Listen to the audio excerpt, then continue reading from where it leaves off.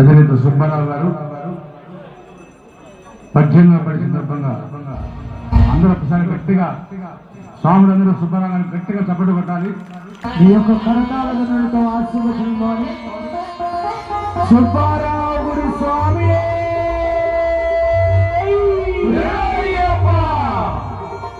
అట్లనే ఈ 18 పళ్ళుగా కూడా ఇంకొక 18 పళ్ళు శ్రవణ యాత్ర చేయాలని ఆ స్వామిని అందరూ ఇచ్చేసుకుందాం. గట్టిగా చప్పట్లు కొట్టాలి. స్వామి